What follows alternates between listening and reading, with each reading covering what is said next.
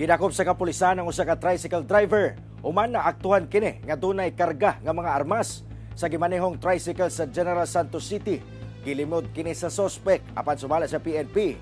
Usa matod pa kini sa ilang ginagukod. Human sinitabong pinusilay kung asa usa ang patay. Ano ang report ni Efren Mamak?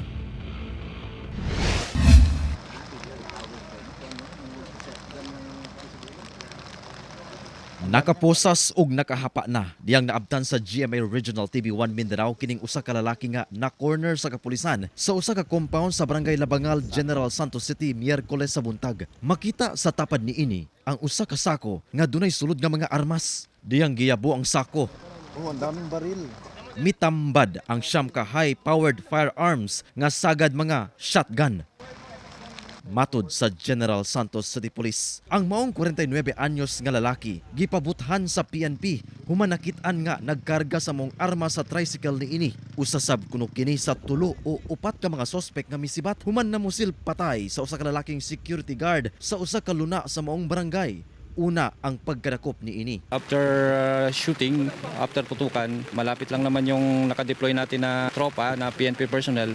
Nagkaroon agad ang hot pursuit operation and then naabutan to sila, pinaputukan pa sila ng mga kasamahan. Apan gilimod sa sospek nga iya ang maong mga armas. Hindi sir, kanamasada ko lang. Doon na lang kuno nagpakarga sa mong sako. Wala kuno siya'y kasayuran nga armas ang sulod niini. Wala sab kuno siya'y kalabutan sa pagpamusil. Hindi ko man nakita yun. Hindi ko ikarga yun. Gibarugan sab sa mga anak nga nakasaksi sa pagdakop sa ilang amahan nga inosente gayud kini. Sa balay, gikan man siya sa balay, then ana siya, mamalit daw siya sudan.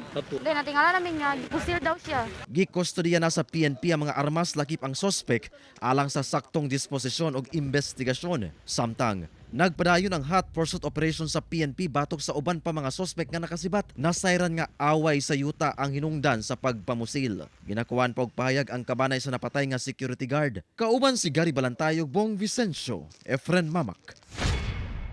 1 Mindanao.